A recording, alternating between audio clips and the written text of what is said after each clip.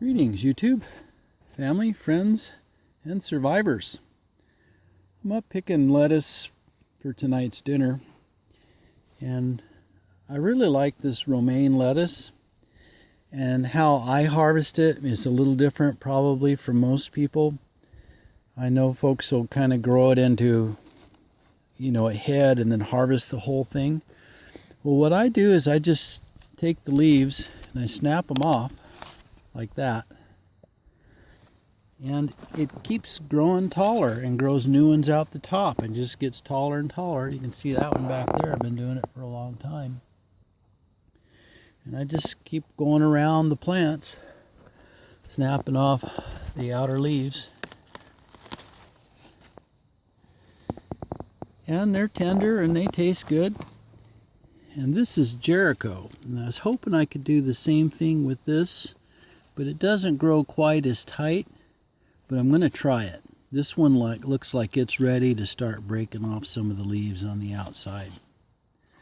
See how that works. Tastes good.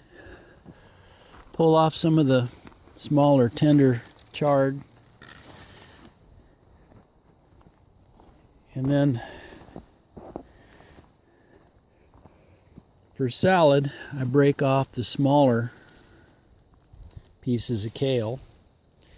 I steam this size, and you could see the big size I leave to support the life of the plant. And I keep just breaking off pieces for steaming and for salad, and the plant just keeps coming up, and it gets new shoots out of the top. And these are tender and nice, but I like them when they're the darker green. I think they taste better and the texture's better. And leave the big ones to support the plant. It just keeps growing new shoots. And that way it doesn't go to seed. You get it before it bolts. It's working really good. This is the second year I've done it that way, or third, something like that. And I've harvested a couple of cabbage. And I'm going to keep watering and see if these are going to form the new heads, because quite often they'll form new heads, but it's so hot already, like these will each become a new head. They're smaller, they're about baseball sized, but you can get 4 or 6 more out of each of these plants if you just keep watering them. And they did really well. So far, I have used 0 pesticides. Nothing up here at all.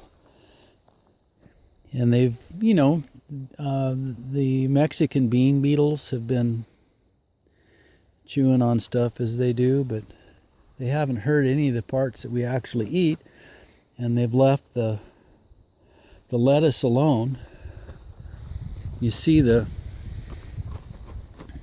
copper ring around the kohlrabi, and I think, yep, there's a copper ring under there.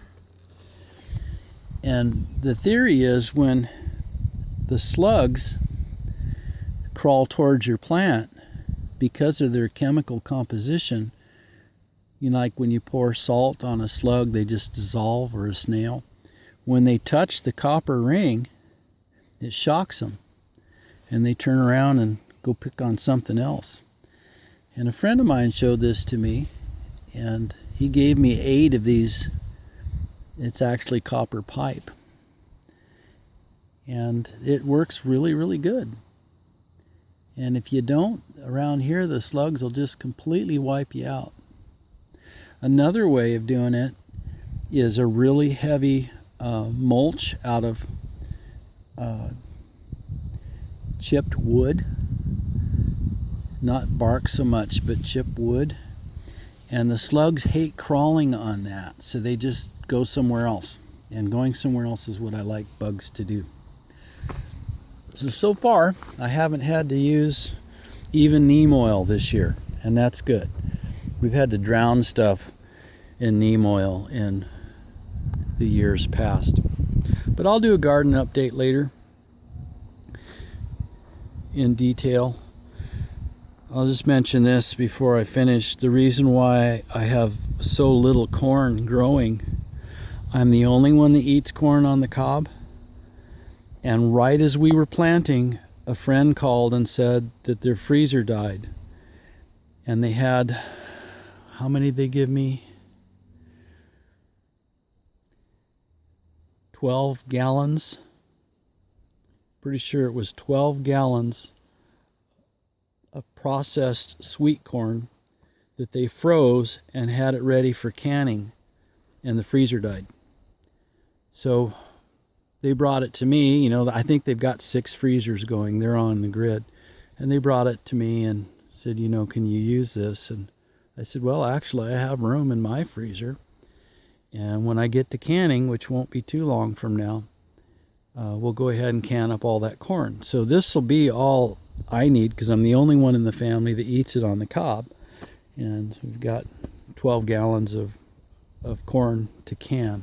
And that'll be plenty to get through the year for us, for sure. Anyway, more on that later. Have a very, very blessed night.